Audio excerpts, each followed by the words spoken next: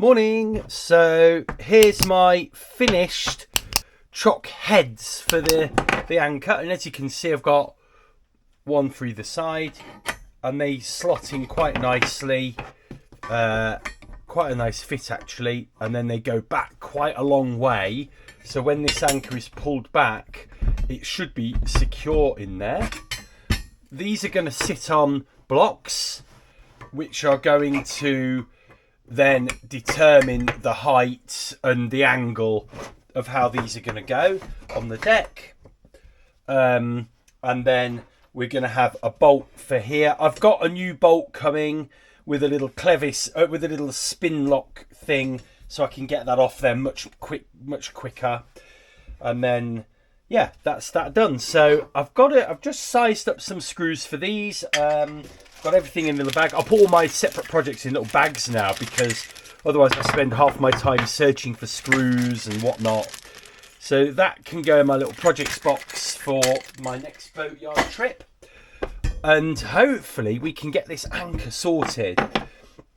I think someone got in touch with me and said, is this anchor the right size for the boat? This is a 4 kilo Danforth. I'm told most of the UK coast, certainly this side, is silty and muddy.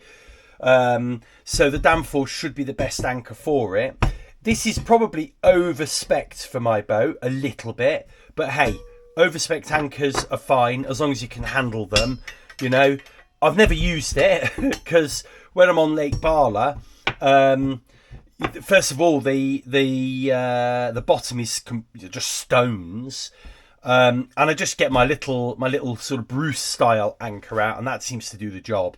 To be honest with you, you don't need much on Lake Barla. There's no current or tide, you know, so yeah, it doesn't need much just to keep the boat in one place. So this I'm looking forward to using. Maybe when we get it fitted to the boat, we can start using it actually a little bit more to get us used to it. Anyway, so let's move on to the next project. So let's have a look at this. This has had all night just to cure, and that is, yeah, like super. You wouldn't be able to get that off with force anyway.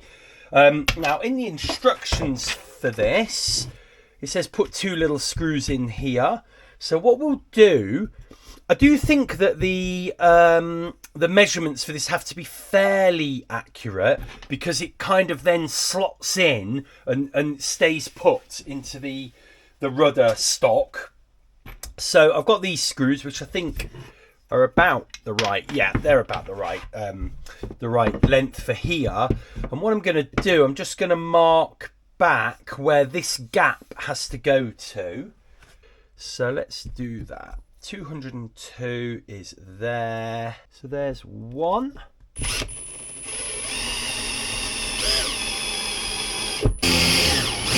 Make sure we got a little recess.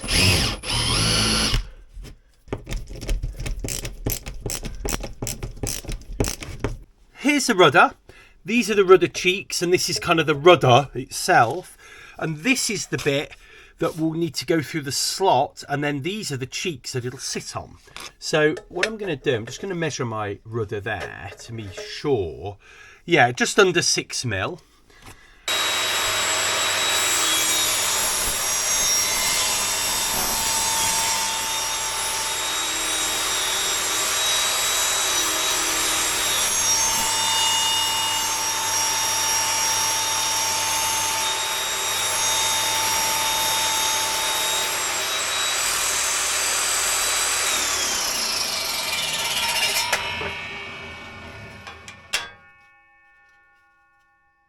So you can see how the top cut goes to there, but the bottom, if I just have my finger there, the bottom is there, right by the edge here. So perfect that was.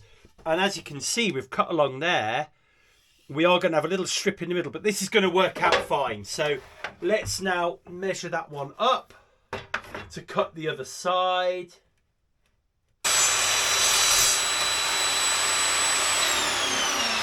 There we go. So we've got this little sort of flappy bit in the middle now.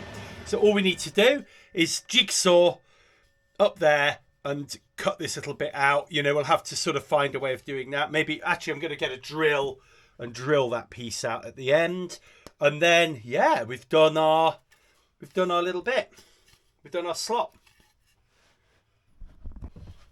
So I've got a 6mm drill bit, which will be here, and that'll just make a nice, it'll actually make a nice little curve at the end here.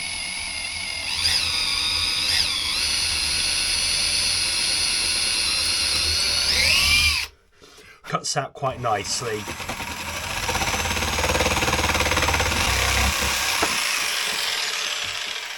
And that is it. Let's have a little look. There we go, one slot.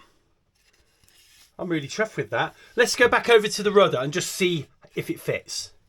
So there we go. I think it goes that way round. This would sit into the wooden slot, and then the rudder will go in there and sit on the cheeks. Look at that. Look at that.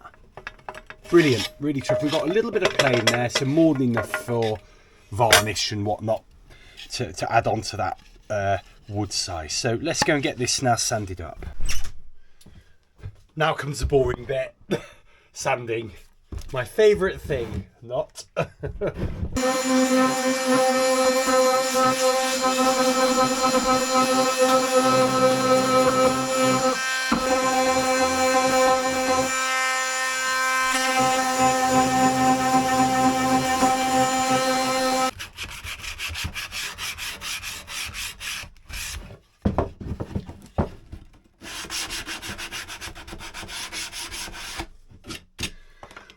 There we go. I think, you know what, that's as good as we're going to get it.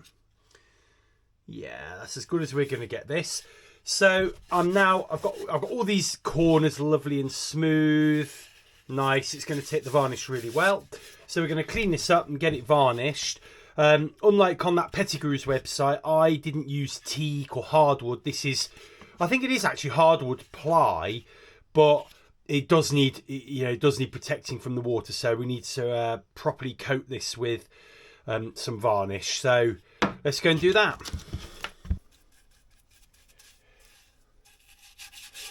And then the trick will be getting this little slot done as well.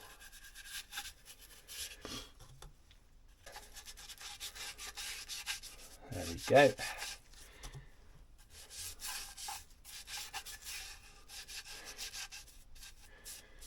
So that's looking good. I've got a little bit left over. I may as well put it on these edges because these edges really have soaked it up here. And this one. But that is all you need to do. That's 2 and another one. 2 there. We shouldn't need...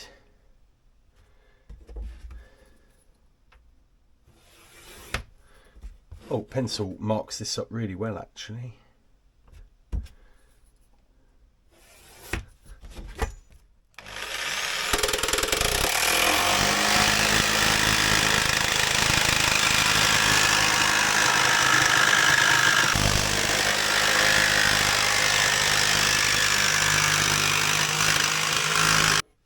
So there's the basic pieces of metal, a little bit twisted.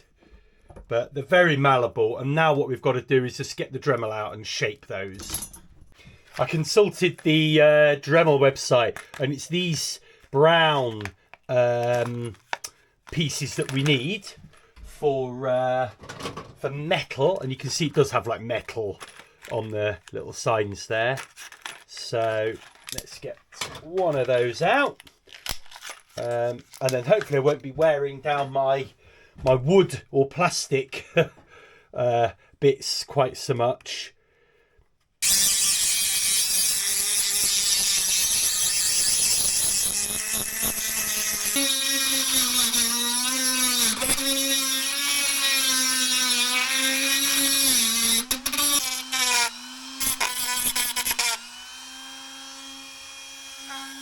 There's one down, nice and smooth, no sharp edges. You don't want to cut yourself on these. Okay, next one to do.